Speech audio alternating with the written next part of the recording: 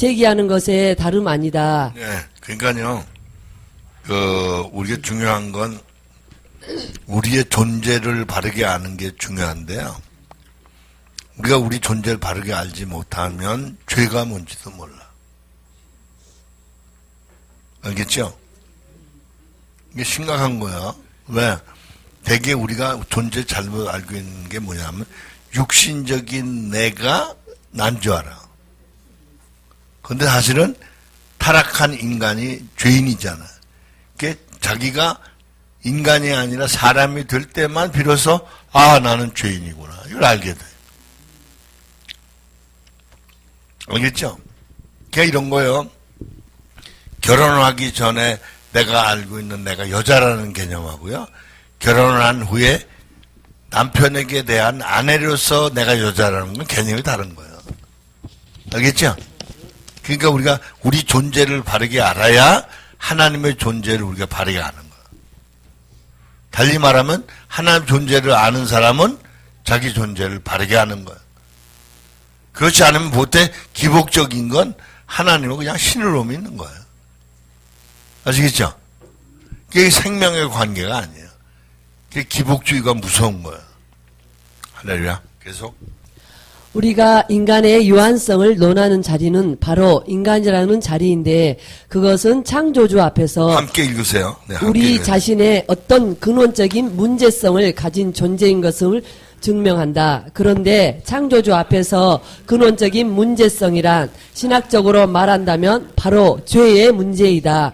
여기서 죄라는 것은 유한한 인간이 자기 스스로를 들여다봄으로써 발견되는 어떤 것이 아니라 오직 창조주의 계시를 통해 비로소 아는 것이다. 예, 그러니까 그거예요. 왜냐면 하나님을 알지 못하는 사람은 자기 죄인지 뭔지 몰라.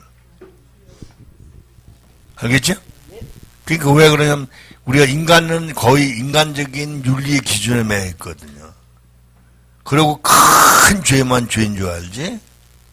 근데 사람이 저 영적으로 하나님 우리 조명해 주시면 우린 죄 덩어리라는 거 아니에요. 그 은혜 안에 들어가니까 우리 누가 그래요? 나는 날마다 죄를 물 먹듯 마시고 사는구나. 할렐루야? 이게 심각한 거예요. 근데 보통 사람은 그 죄가 죄인 줄 몰라. 네, 마치 어린애들이 뭐 묻은 걸 그 더러운 줄 모르고 막 먹잖아요. 그와 같은 거예요. 네. 죄란 인간이 자신을 들여다봄으로써는 스스로 발견할 수 없는 근원적인 어떤 존재 형태이다. 창조주가 말씀하지 않으셨으면 절대로 몰랐을 뻔했던 근원적인 관계가 바로 죄이다. 다시 말하면 인간은 곧 그가 창조주 앞에서 근원적인 문제를 가진 존재이며 그 근원적인 문제성이란 창조주가 말씀하시는 바 죄라고 선언하시기 때문에 우리가 그것을 죄로 아는 그것이다. 물론 여기서 안다는 것은 믿음으로 아는 것을 말한다. 그래서 믿음이 없는 인간은 자신이 죄인이라는 사실을 결코 알 수 없다. 내가 죄인이라는 사실을 안다는 것은 이미 내가 창조주를 믿는 믿음을 가지고 있다는 것을 말한다. 그래서 확실히 죄라는 문제와 예수 그리스도라는 동기는 철학에서 또는 학문에서는 찾아볼 수 없는 주제이다. 인간이 죄인이라는 사실은 오직 성경에서만 발견되는데 그것은 하나님이 볼 때는 인간이 본질적으로 문제를 가진 존재인 것을 말하고 있다. 그래서 성경에서 인간이 죄인이라는 선언으로 인해 그리고 그 성경이 하나님의 말씀이라는 것을 믿을 때 비로소 인간은 자신이 창조주 앞에서 문제성을 가진 존재인 것을 발견하게 된다. 보통 죄라고 할 때 그것은 우리가 스스로 짓는 자범죄를 전제한 말처럼 보이지만 그러나 그것은 이미 우리가 죄인 되었다는 원죄인의 문제에서 시작된다. 즉 내가 짓지 아니했지만 그럼에도 불구하고 이미 죄인이 되었다는 원죄에 대한 문제에서 죄의 문제는 시작된다. 네, 이게 참 굉장한 거예요. 그러니까 참 하나님의 은혜가 성령으로 우리가 비춤을 받게 되고 영적인 자각을 해서 영적인 눈이 열리면 죄라는 건 눈에 보일 수 없는 형태잖아요. 그런데도 영의 눈으로 보게 해주신. 그 제가 죄가 산더미 같다 그랬잖아요. 근데 하얀 눈처럼요. 하얀 눈 가루가 안 보이잖아요. 그죠? 그 눈처럼 큰 산도 그런 산이 없더라고요. 그 죄가 그렇게 많더라고요. 그건 왜냐하면 하나님이 원래 거룩하신 분이기 때문에 거룩하지 않은 건 다 죄인 거예요. 할렐루야. 그러니까 우리가 뭐 윤리나 도덕적으로 내가 뭐 죄가 많아야 한 100가지밖에 없겠지. 이건 말도 안 되는 거예요. 수천 조가 넘는 거예요. 할렐루야. 그래서 우리는 죄인 중에 괴수입니다. 그러는 거지. 에? 바울사도가 무슨 살인을 해서 하는 소리가 아니에요. 할렐루야. 2번 원죄에 대해 역사적으로 처음 언급한 사람은 터툴리안이었지만 오늘날 우리가 이해하는 교리적인 문제로 등장하는 데 기여한 사람은 아무래도 어거스틴이 될 것이다. 어거스틴이 인간의 원죄인 됨을 강조하게 되는 배경은 당시 펠라기우스자들의 죄에 대한 가르침을 반대하기 위함이었다. 펠라기우스자들이란 자유의지를 주장하는 펠라기우스를 포함해서 켈레스티우스와 줄리아누스 등을 가리킨다. 그들은 하나님이 인간에게 율법을 주셨으며 마땅히 그것을 행할 능력을 인간이 가지고 있을 것이라고 생각한다. 그 능력이란 바로 자유의지를 두고 말함인데 그래서 인간은 이성의 도움으로 하나님의 은혜에 이를 수 있다고 믿는 것이다. 따라서 죄란 인간이 선천적으로 가지고 있는 본질도 아니며 아담의 타락은 그의 후손에게 아무런 영향을 미치지 못했다고 주장한다. 이에 대항해서 어거스틴은 죄의 유전설과 예정론을 주장한다. 어거스틴은 펠라기우스주의자들에 반대하여 아담의 타락은 온 인류에게 영향을 미치고 타락한 인간에게는 하나님의 은혜에 도달할 만한 의지의 자유란 처음부터 존재하지 않는다고 강조한다. 특히 그는 죄의 유전설을 주장하는데 그러나 여기에서도 적지 않은 문제가 노출된다. 즉 그는 아담의 죄가 온 인류에게 미치게 되는 것을 특히 로마서 5장 12절을 가지고 말하는데 성경을 보면 이러므로 한 사람으로 말미암아 죄가 세상에 들어왔고 죄로 말미암아 사망이 왔나니 이와 같이 모든 사람이 죄를 지었으므로 사망이 모든 사람에게 이르렀느니라로 기록되어 있다. 어거스틴은 저 이 부분은 잘 모르겠네요, 목사님. 헬라어니까 넘어가자. 네. 그 내용은 서 있지 않네요. 네. 그것에 근거해서. 어거스틴은 가로에 나와 있죠. 그것에 근거해서 모든 사람이 죄를 지었다를 라틴어로 번역했다. 즉 그는 어쨌든 이걸로 넘어가겠습니다. 그러면서 브룬너부터 가겠습니다. 브룬너는 이 부분을 어거스틴이 잘못 번역했다고 지적한다. 그래서 마치 아담의 허리 안에서 모든 인간들이 죄를 짓는 것으로 이해됨으로써 원죄의 유전설이 부각된다.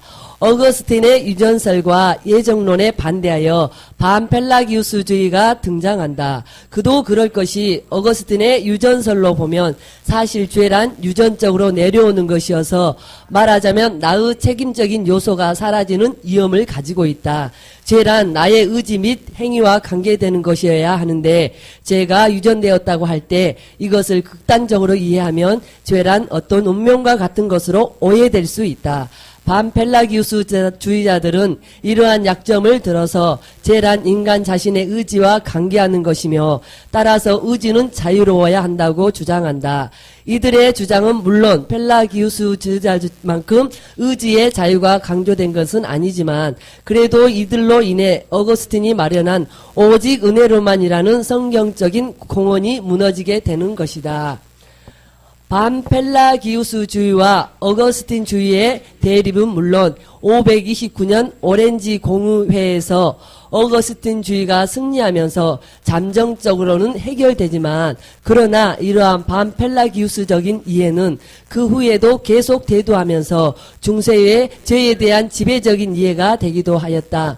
모든 인간이 원죄인이 아니라고 각 개인이 자유의지로 개별적인 죄를 짓고 따라서 죄를 지을 수도 있고 안 지을 수도 있다면 이것은 확실히 성경의 사상과 원죄와는 대립되는 것이다. 즉 원죄란 형식적으로는 원래의 의의 상실이며 내용적으로는 하나의 욕망에 불과하게 된다. 그래서 아직 죄로 오염되지 않은 자유의지가 이성적으로 작용할 때 다시 하나님의 은혜의 자리에 들어갈 수 있게 되는 것이다. 네, 그래서 이제 우리가 죄가 원죄, 그죠? 원죄에 유전된다 이렇게 말하는데 그 죄책 때문에 그런 경우가 있어요. 조상이 죄 지면 왜 3, 4대 저주 온다고 그러잖아요. 그죠? 그러니까 그건 유전설이잖아요. 그러니까 그 말은 원죄와 관계없는 거예요. 유전죄. 조상들이 지었으니까 유전죄죠, 이건. 그래서 우리 죄를 말할 때 원죄, 유전죄, 자기가 짓는 자범죄. 예, 자범죄도 이제 고범죄가 또 일부러 짓는 죄가 있다. 그렇게까지 얘기하잖아요. 고범죄. 그러니까 우리 죄에 대한 성향을 알아야 되는 거죠. 무슨 말인지 알겠죠? 그러니까 우리가 죄인이기 때문에 죄성이 생기는 거예요. 그래서 썩은 것은 썩었기 때문에 냄새가 나는 것과 같은 원리입니다. 할렐루야. 그래서 이제 이 필라기스주의자들이 도덕 폐기론자들이죠. 예, 그래서 이제 그런 얘기니까 왜 이 역사적 사실도 우리가 아는 게 매우 도움이 될 줄로 믿습니다. 아멘. 아멘. 3번 함께 읽도록 하겠습니다. 종교개혁자들의 생각은 다시 어거스틴의 가르침으로 돌아가게 된다. 그러나 어거스틴의 주장은 항상 죄란 나의 의지와 무관한 어떤 운명적인 것으로 이해되는 위험을 가지고 있다. 이러한 위험은 어거스틴이 죄와 악의 문제를 신플라톤주의의 철학으로 설명하려는 데서 기인한다고 할 수 있다. 어거스틴은 악이란 선의 결여나 결핍이라고 보는 플로타누스 견해와 같은 주장인데 플로티누스 견해와 같은 주장인데 악은 의지의 방향을 하나님으로부터 멀리하는 것, 즉 행위적인 어떤 것이 아니라 올바른 질서의 결여로 본다.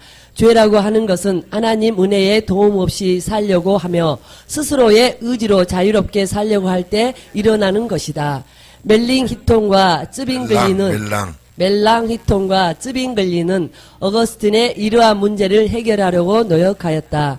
그들에 따르면 죄란 온 인류에게 해당되는 것이면서 동시에 각 개인의 전적인 타락과 관계하며 또한 동시에 나의 책임성이어야 한다는 것인데 이런 모순적인 문제를 해결하기 위해 그들은 원죄를 선제된 것으로 간주한다.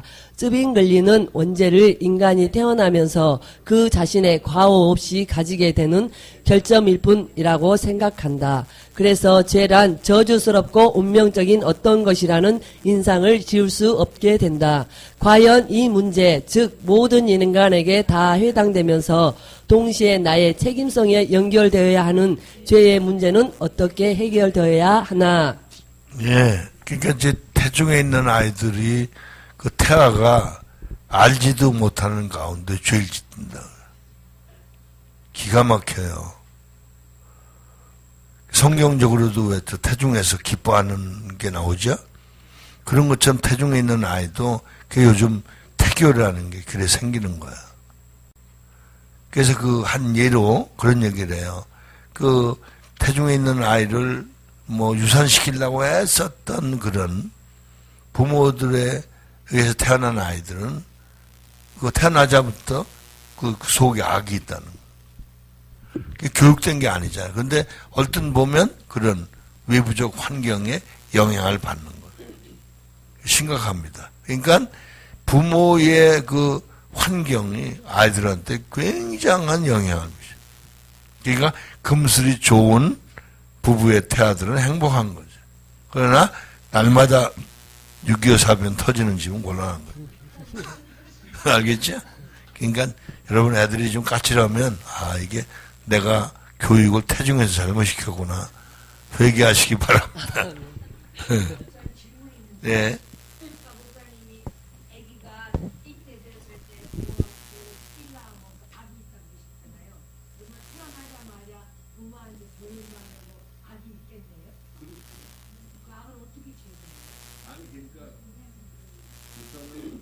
우리 인간은 다 원죄가 있잖아요. 원죄. 그러니까 원죄 때문에 우리가 사망에 이르는 거거든요. 그렇죠? 그러니까 사실은 그걸 해결하는 방법이 없어요.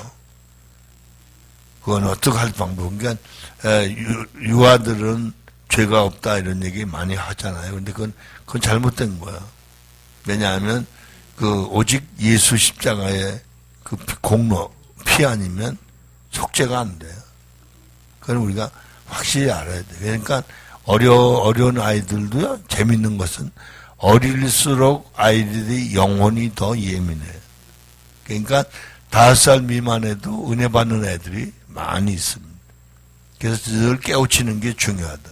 근데 이제 자라면서 이성이 발달하면 오히려 그 영적인 민감도가 없어지는 거예요. 예, 이게 이제 문제예요. 그래서 이제 우리 그 신학에서는 아이들이 중학교 3학년쯤 돼야 중생하기 제일 좋은 나이다. 그렇게 가르쳐요.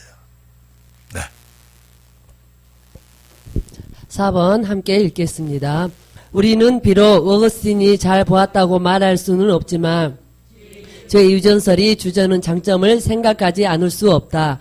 그것은 죄가 있는 곳에 오직 하나님의 은혜가 있다는 종교 개혁자들의 생각을 정당화한다. 확실히 성경은 그리스도의 구속으로만 하나님께 이룰 수 있다고 증거한다. 인간이 스스로 가지는 능력이란 사실은 피상적으로 보면 하나님의 은혜에 이를 것 같지만 실제로는 전혀 그에 이를 수 없는 타락한 능력이다. 그래서 오직 은혜로만 일하는 진리는 우리의 분명한 결론이다. 그러나 한편으로 죄가 유전된다는 사상은 성경적인 증거도 없으며 바울적인 생각과도 조화가 되지 않는 것으로 보인다. 바울이 로마서 5장 12절에서 말하는 바는 모든 인간들이 죄를 짓기 때문에 사망에 이른다는 것이 아니라 오히려 사망에 근거해서 모든 인간들이 죄를 짓는다는 뜻이며, 따라서 죄라는 것은 마치 우리의 의지로 짓는 행위가 아닌 인상을 준다. 그러나 그렇다 해도 그것은 죄가 부모로부터 유전된 어떤 실체라는 말은 분명히 아니다. 우리 안에서 부모로부터 유전되는 혈통적인 것이라든지 실체적인 것이 아니라는 것이다. 즉 우리가 죄를 지었기 때문에 사망에 이르는 것이 아니라 사망을 근거로 하여 우리는 죄를 짓는 것이다. 제가 그렇게 얘기했죠. 그죠? 죄가 죄 때문에 죄가 유전돼서 죽는 건 아니다. 그죠? 근데 이것은 이제 우리가 은사적으로 경험론적으로 보면 애들은 뭐 생기기 전에, 그죠? 조상들이 죄 짓잖아요. 근데 그 아이들이 그 조상이 지은 죄 때문에 병들거든요. 제가 이제 고2 여학생 얘기 많이 했잖아요. 그러니까 그 아이가 무슨 죄 진 게 아니거든. 그죠?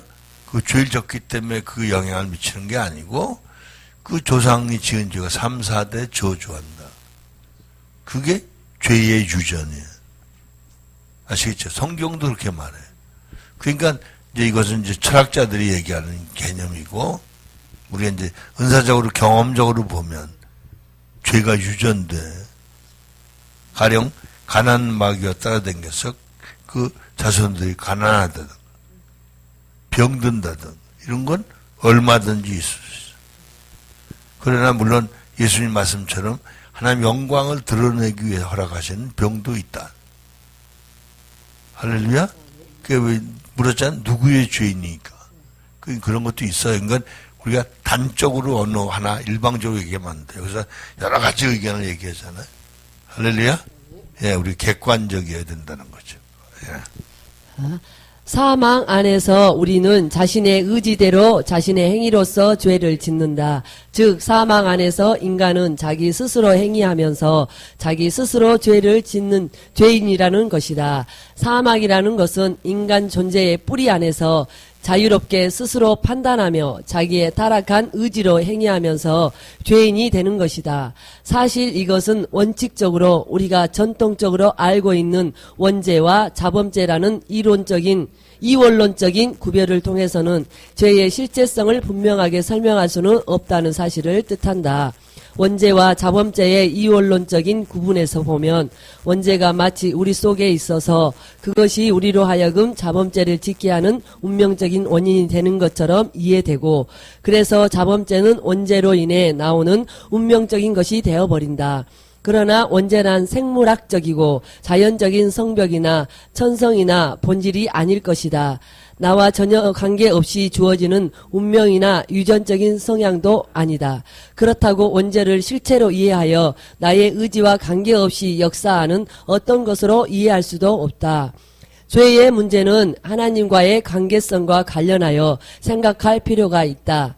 인간이 하나님의 형상대로 지음을 받았다는 것은 그가 동물과 다른 특수한 능력을 부여받았다는 것을 뜻하지 않는다. 오직 창조주와 영적인 또는 다른 말로 말해 인격적인 관계를 가질 수 있는 존재로 창조되었다는 것을 의미할 뿐이다. 즉 하나님은 당신으로 부를 수 있는 관계, 하나님의 사랑을 받고 응답할 수 있는 존재로 창조되었다는 것이다. 원죄란 이러한 관계성의 상실을 의미하며 이러한 관계성이 상실된 상태를 가리켜 바울은 육체라고 한다. 이 육체는 바로 하나님 앞에서의 육체를 말한다. 즉 육체가 죄라는 말이 아니라 육체가 죄와 밀접하게 관계한다는 뜻이다. 그리고 그것은 곧 하나님 앞에서 죄를 짓는 육체라는 말이다. 죄를 짓는다는 것은 하나님 앞에서 죄인인 나의 인간성이 하나님 앞에서 육이 되었기 때문이고, 우리는 이 상태를 가리켜 사망이라고 부를 수 있다. 간단하게 말한다면 원죄라는 것은 내가 행한 행위가 아니고 하나님과의 영적인 관계성이 끊어진 상태를 말한다. 이 상태에서 나의 정신이 능동적으로 나의 모든 능력을 총동원해서 죄의 행위를 범한다. 죄라는 것은 분명히 행위에서 나타난다. 그러나 그 행위는 엄밀하게 말한다면 죄의 상태에서 나온다. 엄밀하게 말해 우리가 짓는 자범죄를 가지고 원죄를 인과율적으로 유추해낼 수는 없다. 그것은 인과율적인 관계가 아니기 때문이다. 마치 믿음이 하나님의 선물인 것처럼 죄라는 개념도 창조주를 믿는 데서 나오는 것이다. 그러니까 이제 이런 얘기예요.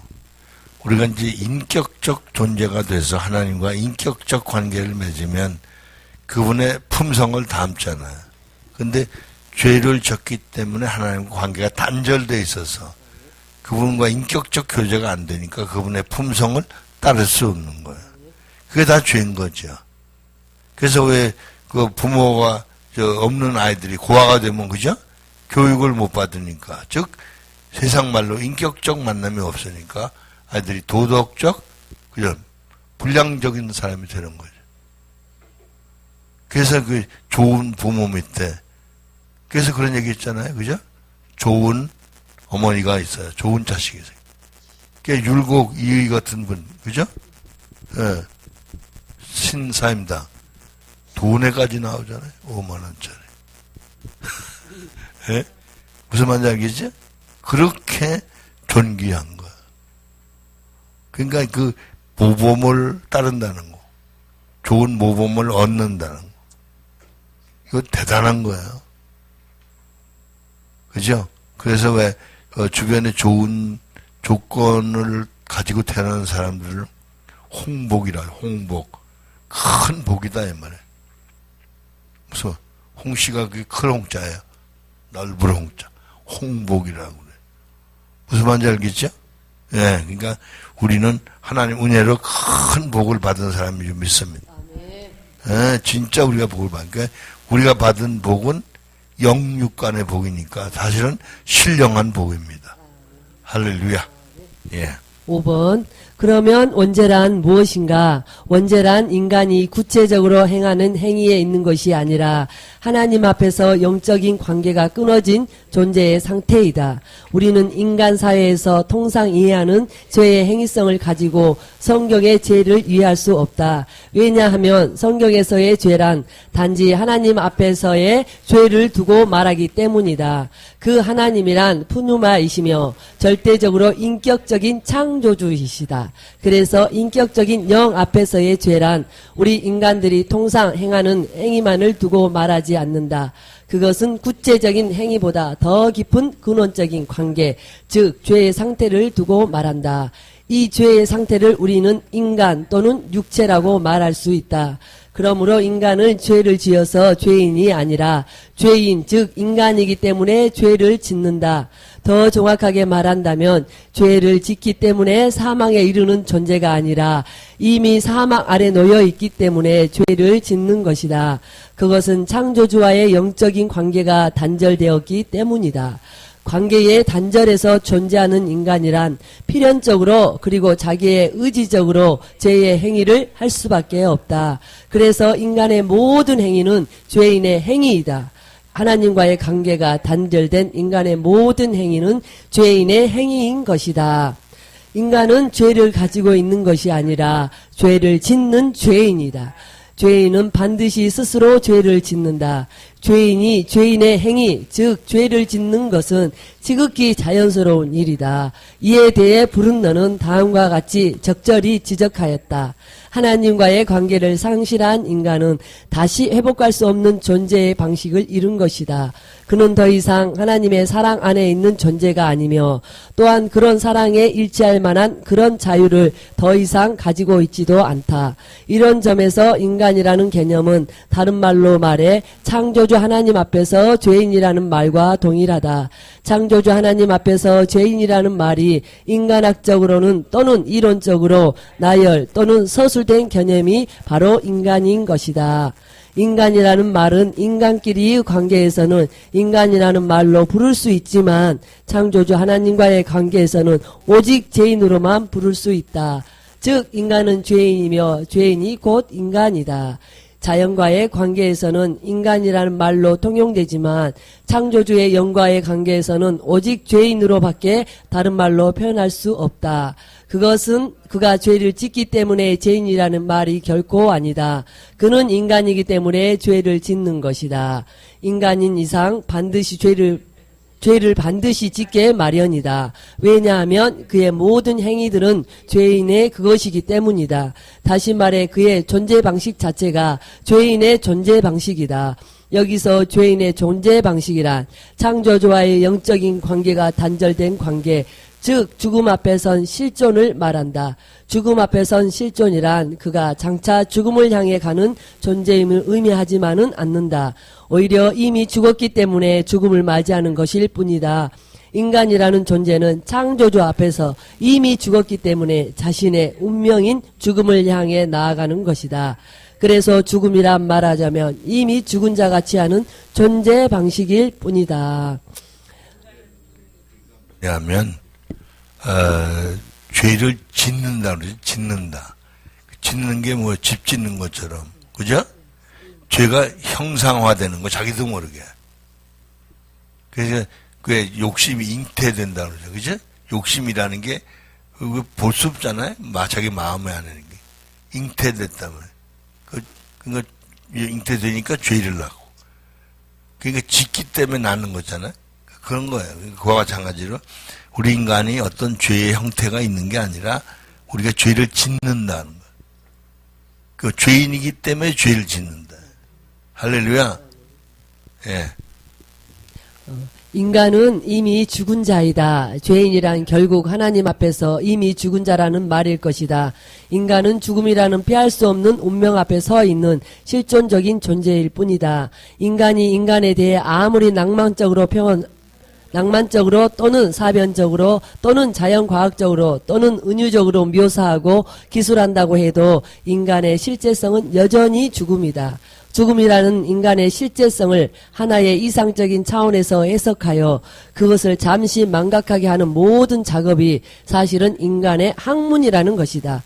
그것은 창조주와의 영적인 관계가 단절되었기 때문에 나오는 인간 자신의 정신의 몸부림에 불과하다. 그래서 인간은 철학을 하지 않을 수 없는지도 모른다. 모든 사변 철학은 창조주 앞에서 이미 죽은 인간이 할 수 있는 자연스러운 표현이다. 그런 의미에서 인간은 누구나 사변적으로 철학할 수 있다. 그것은 그가 창조주 앞에서 자신의 실제성을 이미 잃었기 때문이며 그러한 자신의 실제성을 갈구하는 죽은 정신의 신랄 같은 몸부림이기 때문이다. 그래서 타락한 인간만이 사변 철학을 할 수 있다. 죄인만이 사변적인 학문을 할 수 있다. 실제성은 잃은 인간만이 관념주의로 들어간다. 인간은 이미 창조주와의 영적인 관계가 끊어져서 사망에 의해 죽은 존재의 개념이다. 그럼에도 불구하고 여기서 묘한 질문이 생긴다. 그것은 인간이 그래도 자신의 실제성을 찾고자 한다는 것이다. 사실은 자신의 실제성을 완전히 잃었지만 그럼에도 불구하고 실제성을 위한 관념을 창조한다는 것이다. 즉 희미하게 남아있는 선을 그리워하는 의지라든지 또는 언어를 사용한다든지 혹은 스스로 주관으로 살려고 한다든지 하는 것은 도대체 무엇인가 하는 질문이 생긴다. 인간이 스스로 창조하는 관념주의로는 바로 실제성을 갈구하는 죽은 인간의 욕망이 아닐까. 인간은 창조주 앞에서 완전히 죽은 존재인데 그럼에도 불구하고 이런 식으로 남아있는 듯한 요소들은 과연 무엇을 말하는가. 예수 그리스도를 통하지 않고는 전혀 소망이 없는 존재인 인간에게 그러나 이런 남은 요소들은 과연 무슨 의미를 가지고 있는 것일까? 예를 들어 그리스도가 부정되는 세계에서도 인간은 사유하고 선을 생각할 줄 알며 언어를 사용한다. 그리고 비록 부분적이지만 주관이 되어서 무엇을 스스로 결정할 수 있다. 이런 요소들은 도대체 어떻게 이해되어야 하는가? 전적으로 부패하여 창조주 앞에서 죄인이 되었다고 해도 인간이 하나님 앞에서 주관적인 존재인 것은 폐기될 수 없다. 죄인인 인간이지만 주관적인 존재인 것은 사실 기존 형이사각의 철학적 사유에서도 이미 나타난다. 즉 인간은 끊임없이 관념주의의 세계를 창조한다는 것이다. 마치 인간이 창조주의 영 없이도 스스로 존재하는 정신이 될 수 있는 것처럼 끊임없이 사변주의의 철학은 인간의 정신성을 펼쳐왔다. 이러한 사실 자체가 벌써 인간은 창조주 앞에서 전적으로 부패했어도 여전히 주관적인 존재라는 사실을 증명하고 있지 않는가? 인간이 죄인으로 선을 행할 능력을 완전히 상실한 부패한 존재이면서도 그러나 아직도 스스로 주관적인 존재로 사유한다는 것은 무엇을 말하는가? 인간의 주관성은 인간 안에 있는 어떤 능력이나 성질이나 고유한 성향이 아니라 사람이라는 사실을 말해준다. 이 사람이란 원래 창조주와 영적인 관계를 할 수 있는 존재로 창조되었다. 사람이란 인간의 능력이나 인간을 자연보다 위대하게 하는 어떤 덕목이 아니라 그것 없이는 창조주를 만날 수 없는 관계의 카테고리를 뜻한다.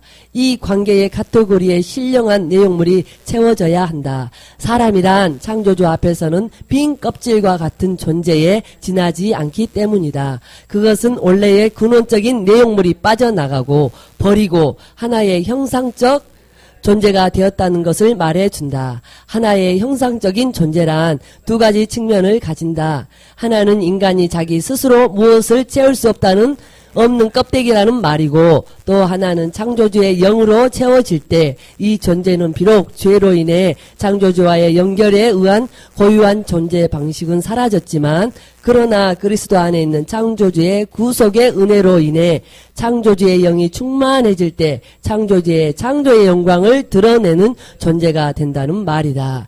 단적으로 말하자면 사람은 창조주 없이는 인간이 되고 인간인 이상은 이미 죽은 자이다. 그러나 창조주의 영으로 채워질 때 비로소 그는 사람이 되고 창조주가 창조하시는 분이라는 사실을 깨닫게 되며 그분에게 영광을 돌릴 수 있는 존재가 되는 것이다. 창조주의 영은 그래서 오직 사람이라는 장소에 계시된다. 인간이 사람이 될 때에만 그것은 가능하다. 인간은 하나님 앞에서 이미 죽은 존재이다. 그는 이미 사망 안에서 살기 때문이다. 사망 안에서 살면서 마치 정말 사는 것으로 오해할 뿐이다. 이 오해의 증세가 바로 인간의 개념으로 나타난다. 마치 인간을 선을 행할 수 있는 존재인 것처럼 오해하는 것이다. 인간이라는 개념 속에는 묘한 사변이 전개된다. 즉 인간이 선을 생각하니까 마치 선을 행할 능력이 있는 존재인 것처럼 동일시한다. 그래서 관념주의에서 등장하는 방법론인 동일성의 원리는 한마디로 인간의 착각임이 분명하다. 묘하게도 선을 생각하는 것과 선을 행할 수 있다는 것이 논리적으로 동일시되는 것이다. 이것이 바로 실제성을 상실한 죄인의 모습이 아니고 무엇인가. 기가 막히게 하나님 우리를 창조하신 거예요. 그래서 인간이 사실은 사람이 되지 않으면, 즉 하나님의 영, 삼일체 하나님의 영이 계시지 않으면 우리는 동물처럼 인간으로 산다. 자기 주관이 있어도 죄의 주관이죠. 그러니까 옳은 게 하나도 없는 거야. 그렇죠? 그런데 이제 뭐 사람이 되면 삼일체 하나님이 우리 안에 계셔서 그분이 우리를 주관하시고 우리의 언행심사를, 우리 생각, 마음, 감정까지를 지도하셔서 마침내 하나님의 성품에 이르도록 이끄신 줄 믿습니다. 할렐루야. 그러니까 지금 우린 굉장히 축복을 많이 받은 거야. 그거 하나만 생각해도. 아시겠죠? 그러니까 지금까지 잘못된 욕망, 그건 인간의 욕망이에요. 죄의 욕망이에요. 그건 다 버리고 오직 은혜로만 채웁시다. 아멘. 아멘. 할렐루야. 아멘. 기도할 시간이네. 좀 더 해요? 맞아. 조금 남았어요. 예. 6번. 23까지 할게요. 6번. 그러나 그럼에도 불구하고 인간이 사람이 될 때 창조주의 영이 자신의 말씀으로 그를 채울 때 비로소 그는 인간의 실제성을 회복하게 된다. 인간의 실제성이란 원래 창조주의 영광을 드러내며 사는 존재를 두고 말한다. 창조주의 영광을 사람만이 드러낼 수 있다. 즉 창조주의 영광이다. 창조의 영광이다. 창조의 영광이란 물질적인 창조만을 말하지 않는다. 공허한 흥함과 무질서의 자연이 창조주의 영으로 인해 비로소 의미 있는 존재가 되는 것처럼 무의미한 인간 존재가 비로소 창조주 앞에서 유의미한 피조물이 되는 것이다. 원래 피조물이란 만들어진 물건이라는 제작 개념이 아니라 창조주를 나타내는 피조된 존재를 두고 말한다. 그래서 사람이 하나님의 창조라고 할 때 그것은 하나님에 의해 만들어진 존재라는 데 의미가 있는 것이 아니라 그가 창조자의 영광을 나타내는 존재라는 데에 더 큰 의미가 있는 것이다. 이제 정리를 해보자. 인간이라는 말은 이미 창조주와의 영적인 관계를 상실한 존재를 말하며 따라서 하나님 앞에서 이미 죽은 자라는 의미이다. 인간인 이상 그는 벌써 사망한 자이다. 다만 자신이 죽은 자라는 사실을 모르고 있을 뿐이다. 이 무지의 상태에서 그는 이상을 만든다. 원죄라는 말은 죄를 유전받았다는 의미가 아니다. 하나님과의 영적인 관계가 끊어져서 이미 사망한 자연인간을 표현하는 말이다. 그래서 우리는 하나님의 은혜가 없이는 절대로 살 수 없다. 하나님의 은혜 없이도 살 수 있다고 가르치는 자는 마귀일 것이다. 그것은 사단의 영으로서 우리를 기만하는 것이 분명하다. 우리는 하나님의 은혜로만 살 수 있다. 그리고 하나님의 은혜란 오직 예수 그리스도에게 말씀하신 창조주의 말씀뿐이다. 만약 그것 외에 또 다른 대안을 제시한다면 그것은 창조주의 영이 아닐 것이다. 우리가 살 수 있는 길은 예수 그리스도에게 말씀하신 창조주의 말씀을 듣는 것뿐이다. 이런 존재를 가리켜 사람이라 한다. 사람이란 내용물이 전혀 없고 오직 창조주가 순간마다 자신을 채우시는 은혜로 살아가는 존재이다. 우리가 이 사실을 망각하는 순간부터 실제성을 상실한 정신의 병은 시작된다. 창조주의 은혜 없이도, 다시 말해 예수 그리스도에게 말씀하신 창조주의 말씀 없이도 살 수 있다고 착각하는 순간부터 우리는 정신의 병에 걸리는 것이다. 창조주 앞에서의 인간의 죽음은 육의 죽음이 아니라 정신의 병으로 죽는 것이다. 인간이 죽는다는 것은 정확하게 말한다면 정신의 병으로 죽는다는 말이다. 아멘. 이제 예, 한 교수는 그러잖아요. 우리가 열심히 살지만 그건 사람으로 살지 않으면 전부 정신병자는. 세상에 뭐 별의별 소리를 다 얘기해도 그것은 신비주의자가 아니면 이상주의자가 아니면 육신주의자가 된다고. 할렐루야. 다시 말하면 여러분이 뭘 추구하든지 그게 여러분의 목표가 거룩이 아니고 여러분 욕망이 목표가 되면 그때부터 저와 여러분은 병자가 되는 거야. 할렐루야. 기도. 이 시간 한 10분 정도 오늘 함께 나눈 책을 통해서 깨달은 부분이 있으시면 함께 기도하면서 하나님 앞에 회개하는 그런 시간이 되었으면 좋겠습니다. 주님 한번 부르고 기도하시겠습니다. 주여 할렐루야. 아버지 나카오데스비 코레스카오 여러베 켤레스카오 여레리데스카오 데스카와 아버지 나카오레스카오 여러베 켤레리데스카오 여러베 켤레리데스카오 데스카와 아버지 나카오레베 켤레스카오 여러베 켤레리데스카오 여러베 켤레리데스카와 아버지 나카오레베 켤레스카오 여러베 켤레리데스카오 여러베 켤데스카와 우리는 아버지 인간이 사람이 되었지만 우리는 순간 우리의 죄로 인하여 다시 아버지 육신으로 돌아간다면 인간으로 돌아갈 수밖에 없습니다. 아버지 순간도 주님 앞에 사람으로 아버지 살아갈 수 있도록 은혜를 베풀어 주시옵소서. 나카오디스비 코레스카 여러베 켜레레데스카 여러베 켜레레데스카와 아버지 나카오르베 켤레스카 여러베 켜레베 켜데스카와 아버지 나카오르베 켤레스카 주님과의 관계가 끊어진 순간순간이 아버지 육신으로 사는 것이요 하나님과 관계가 끊어지는 인간의 삶으로 돌아가는 것입니다. 아버지 나카오레스비 코레스카 여러베 켜레베 켤레스카 여러베